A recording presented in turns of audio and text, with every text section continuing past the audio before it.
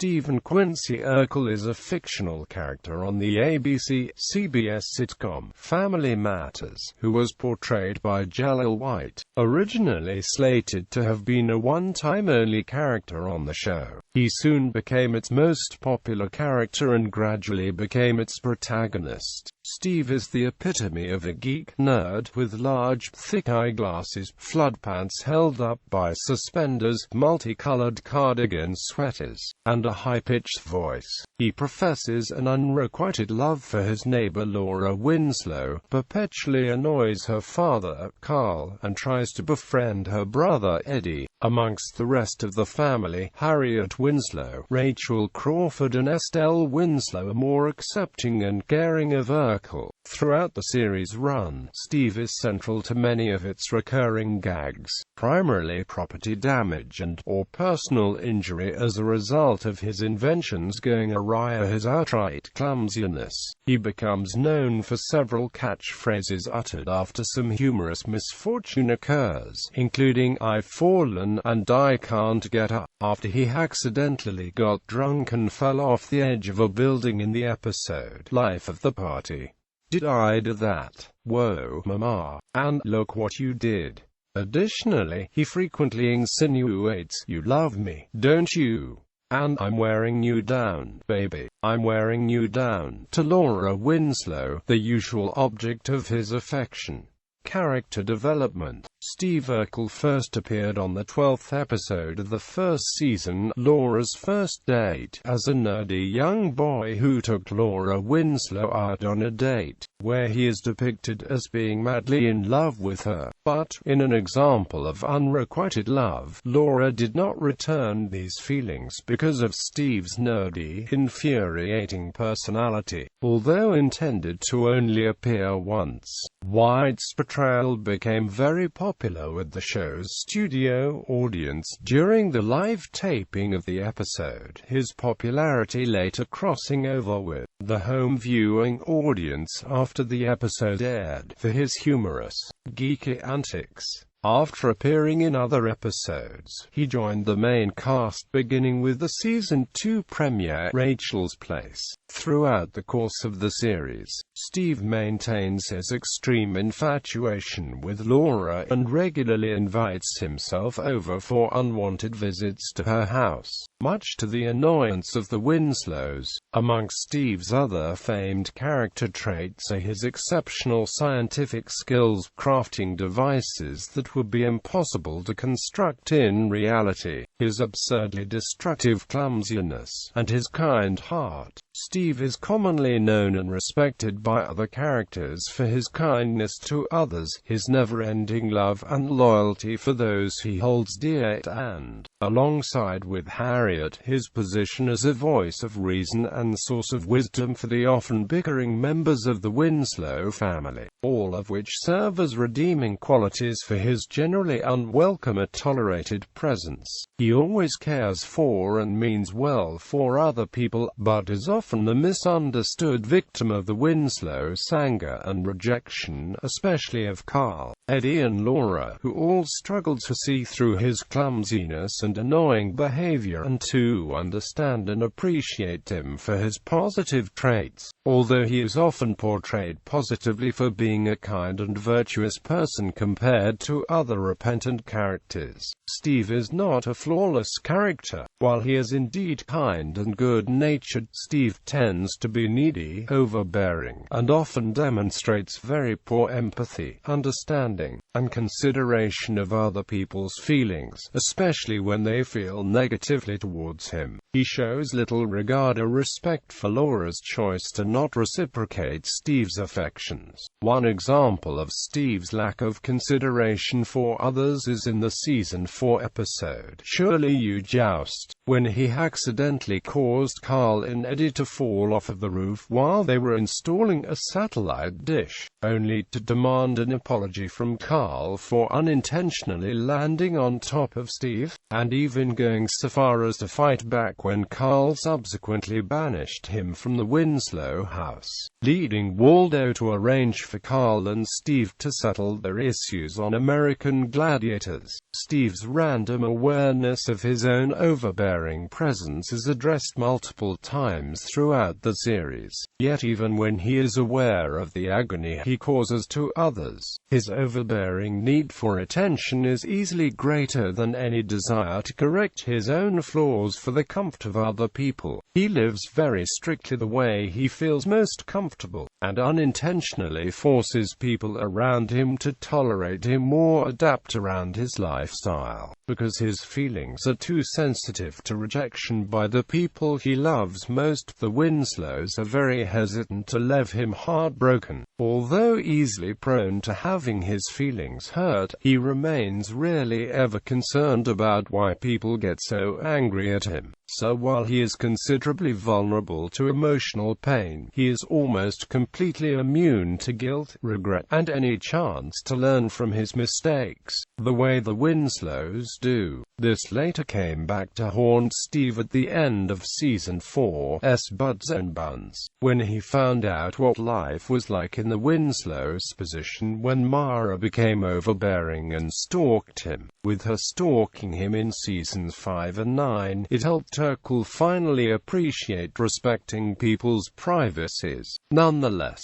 Steve is kind, bears no hatred for anyone, and is extremely loyal to the Winslow family, whom he is always ready to be there for. He would always be ready to forgive the Winslows when they take advantage of him, behave coldly towards him, harshly reject him, and then learn that they hurt his feelings. Steve loved the Winslows like they were his real family, and whether through kindness, persistence, or force, he is seen working tirelessly to become as much a part of the lives as a genuine family member. Despite being poorly conscious of his social life, Steve has often demonstrated good judgment with the law and acute suspicions of law-breaking. Steve was concerned about Eddie a few times when he made poor judgment calls. This was first shown in Jailhouse Blues, when Steve suspected Clarence had stolen the Porsche and warned Eddie not to go on the joyride, only to watch him get in the car anyway and regret it when the cops put an end to the ride. In Hot Stuff, he learned about the huge discount of an expensive stereo system that Eddie bought from Weasel's friend and quickly proved it was stolen. In Money Out the Window, as Eddie proved he had not learned his lesson, Steve tried to warn him in vain not to get involved in gambling again, only to watch him lose himself in debt. And in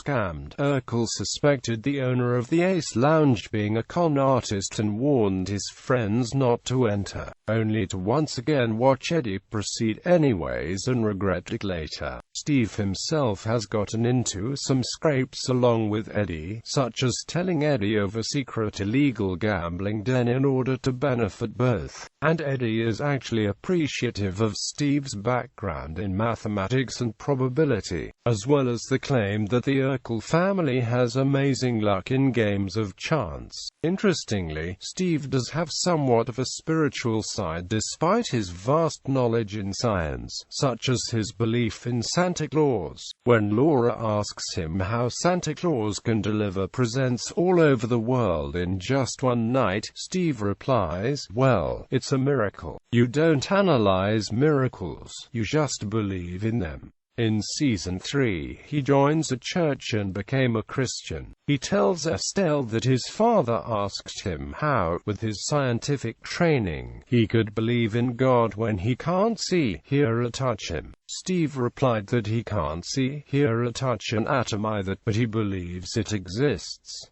As Estelle points out, that is what we call faith, and Steve definitely holds both to his scientific training and spiritual faith in Christ. By late in the series run, actor Jaleel White was a prominent off-air representative of the show itself, and often talked on behalf of its producers about the show's direction and Urkel's role in it. name Family Matters co-creator Michael Warren named the character after his friend, writer and director Steve Urkel. Due to the show and the character's tremendous popularity during the early 1990s, Urkel encountered difficulties using his own name. He received many prank phone calls from Laura asking for Steve, and businesses found his name to be suspicious. Warren stated that had he known that the character would reappear for years, he would not have named him after his friend. Family. The Urkels are very intelligent people. Steve and his parents, Herb and Diane, were known to do the Sunday crossword puzzles in pen in about 20 minutes. In fact, Steve himself was known for considering his teachers and school officials as equals,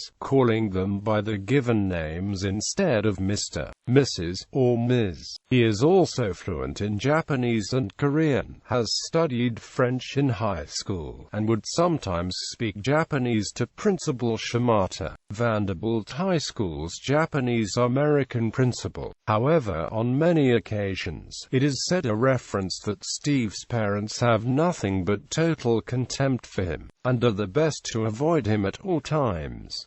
For example, when he was born, his father Urkel tried to push him back in, and his parents did not own a car because he was born in one. In the season 3 episode, Quiet Trouble, Steve says that his dad questioned him for going to church with the Winslows and becoming a born-again Christian, implying that his parents are not religious. He also once mentioned that his parents do not feed him every day. This perhaps explains why he spends his time at the Winslows and not at his own home. However, when Steve created his new persona, Stefan, in the season 5 episode, Dr.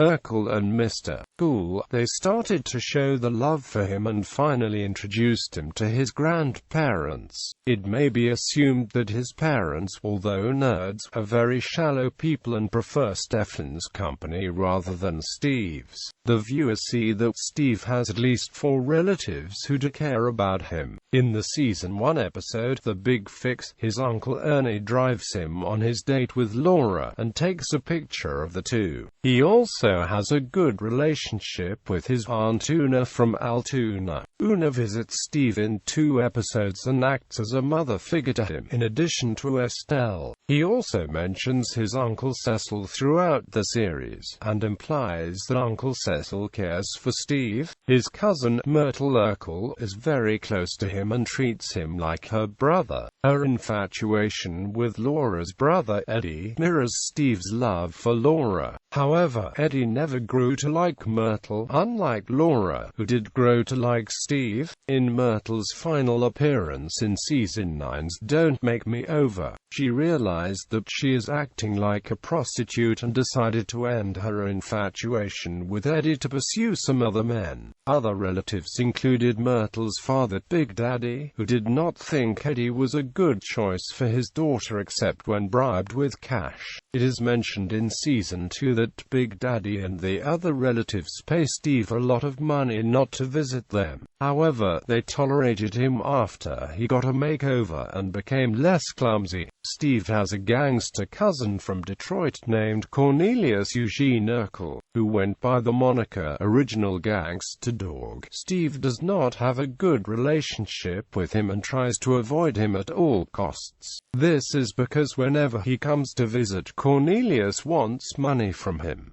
Steve also has another cousin named Julie, who is a friend of DJ Tanner and lives in San Francisco.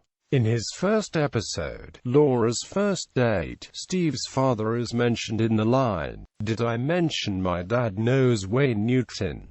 It was also once mentioned that his uncle Ernie owns a hearse. In the season 6 episode, Home Sweet Home, after Steve's father is invited to showcase a microscopic camera for doctors to use to detect brain damage, Steve's parents moved to Russia without him as he did not want to leave Chicago and effectively the Winslows. Steve was then allowed to live with the Winslows. However, in the season 7 episode, She's Back, a subplot has Steve visiting his parents. The Urkel family, along with Steve, have very good luck in gambling. In season 2's Busted, Eddie damaged Carl's car and needed $800 to pay for the damage without Carl noticing, but he could not afford it. Steve offered to help Eddie by using his abilities at an illegal casino. Eddie was glad Steve used his mathematical abilities in this manner, as Urkel managed to win them $32,000,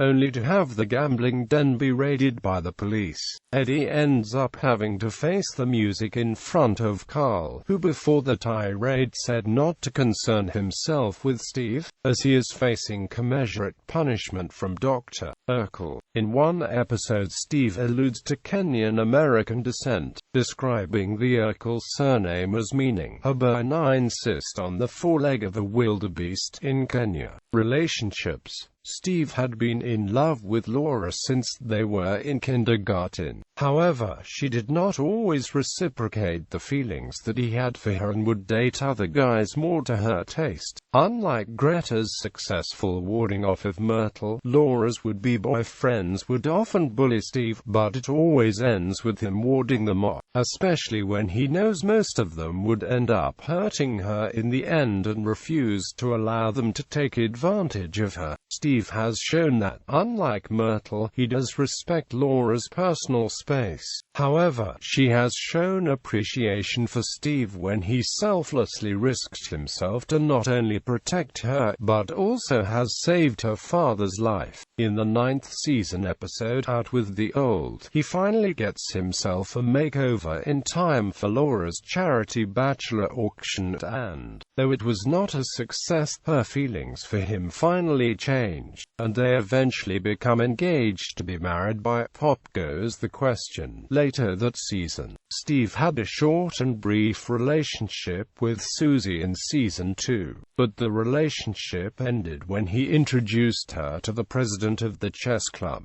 In the season 3 episode, The Love God, Vonda Mahoney also became interested in him after he tutored her for a class.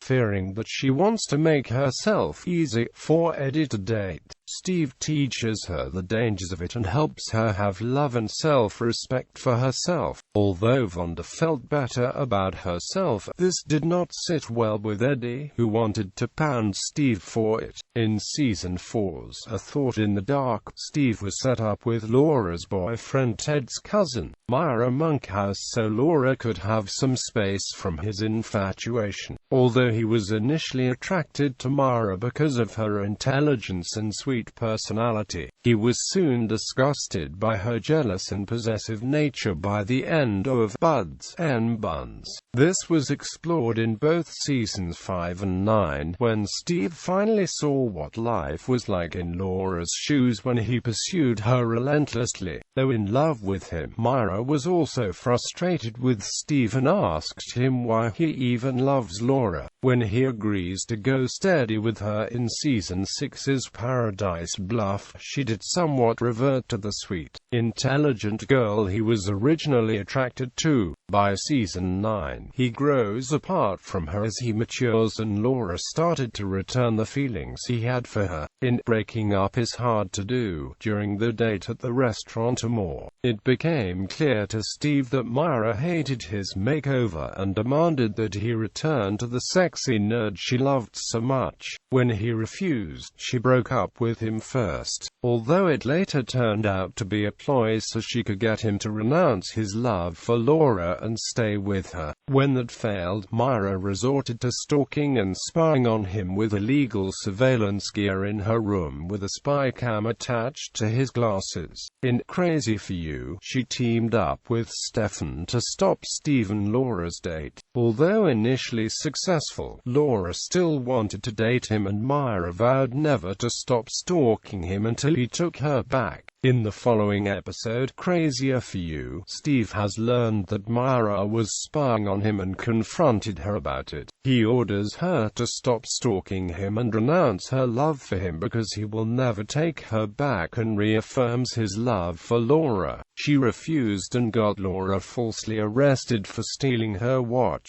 However, Steve was able to drop the charges when he exposed Myra for stalking him with illegal spy gear, and the police pursued criminal charges against her. When she learned of his engagement to Laura, she continued to carry the torch even when he went into space. Ratings effect. In syndication, Steve is incorporated into the teaser scene of Rachel's First Date. His first appearance in the original broadcasts is in the 1989 episode, Laura's First Date, in which Carl and Eddie separately set up dates for Laura for a dancer party, and the first thing known about him is that he allegedly ate a mouse, and he later makes reference to a mouse when speaking to Carl, implying that it might be true. Prior to Steve Urkel's introduction, the show was on the brink of cancellation due to mediocre ratings. After Urkel was introduced, several scripts had to be hastily rewritten to accommodate the character, while several first-season episodes that had been completed had new opening gag sequences filmed featuring Steve trying to push open the Winslows' front door while the family holds it shut. The addition of Steve immediately helped the show boost its modest ratings. White was credited as a guest star in the first season and became a regular member of the cast in Season 2. The Urkel Dance. The Urkel Dance was a novelty dance that originated in the Season 2 episode, Life of the Party. It was based around the character of Steve Urkel and essentially incorporated movements which made the dancer's posture more like his. The lyrics instructed the dancer how to pose. If you want to do the Steve Urkel dance, all you have to do is hitch up your pants, bend your knees, and stick out your pelvis. The dance was popular enough to appear on another show, Step by Step, when the Steve Urkel character appeared in a crossover in the Season 1 episode, The Dance. Jaleel White also performed the song, in character as Steve Urkel, on the 5th Annual American Comedy Awards. B. Arthur joined him on stage to do the Urkel, after which she said, "Hey MC Hammer, try and touch that." A promotional cassette single of the song that accompanies the dance was pressed and distributed in limited numbers. A t-shirt was also produced featuring lyrics and Urkel's likeness. Appearances on other shows. Full House. In the 1991 episode, Stephanie Gets Framed, Steve is called in to help Stephanie Tanner deal with her anxieties after she has to get glasses. He was cousin to a friend of DJ. Incidentally, Family Matters did not air on the night of the episode's original air date. It is implied that he found himself in San Francisco in the Full House universe before paying a visit to the Lambert household from Step by Step. In the series' second episode, The Dance, Steve lands in the Lambert foster family's backyard after launching himself with a rocket pack from the living room of the Winslows' house in the Family Matters episode, Brain Over Brawn. He then helps his science fair pen pal, Mark Foster, and lifts Alicia Al Lambert's spirits after her potential date dumps her just before a school dance. White reprises his Do the Urkel dance in the scene where Al gives the boy that dumped her his comeuppance.